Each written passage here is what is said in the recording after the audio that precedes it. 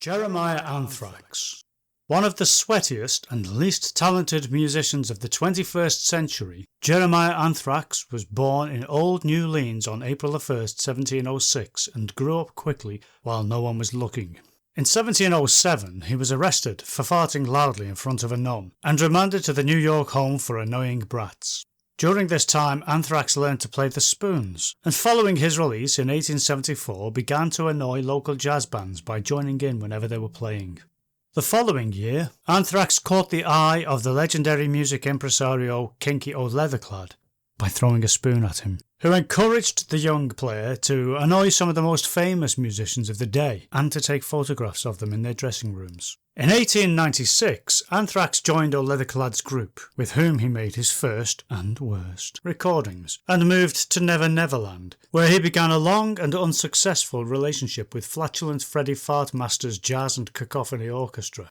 Throughout the 1900s, Anthrax recorded a series of almost 2 singles with Fartmaster's group, using his now legendary sneaking into the studio unnoticed and playing quietly at the back technique.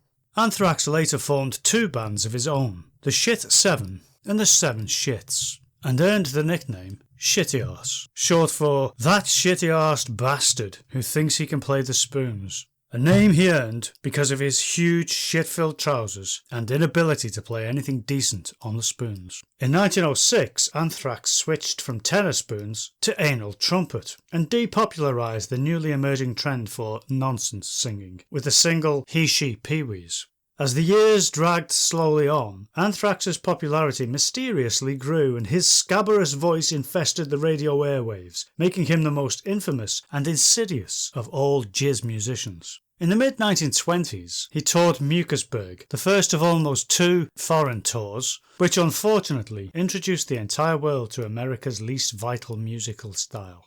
By 1928, Anthrax's anal trumpet style and vocal phrasing had gained interest with over 3 musicians and almost 1 record producer, but was widely and wisely ignored by everybody else. 1 year later, his technique of playing solos after the other musicians had packed up and gone home had transformed unpopular music from an ensemble art form to one based heavily on waiting until no one was around and then making an unholy row. A trend which continues to this day, Tuesday. Fortunately, by the mid-1940s, unpopular music had begun to shift towards a style known as boff, and Anthrax's playing was no longer considered musical in any way, shape or form.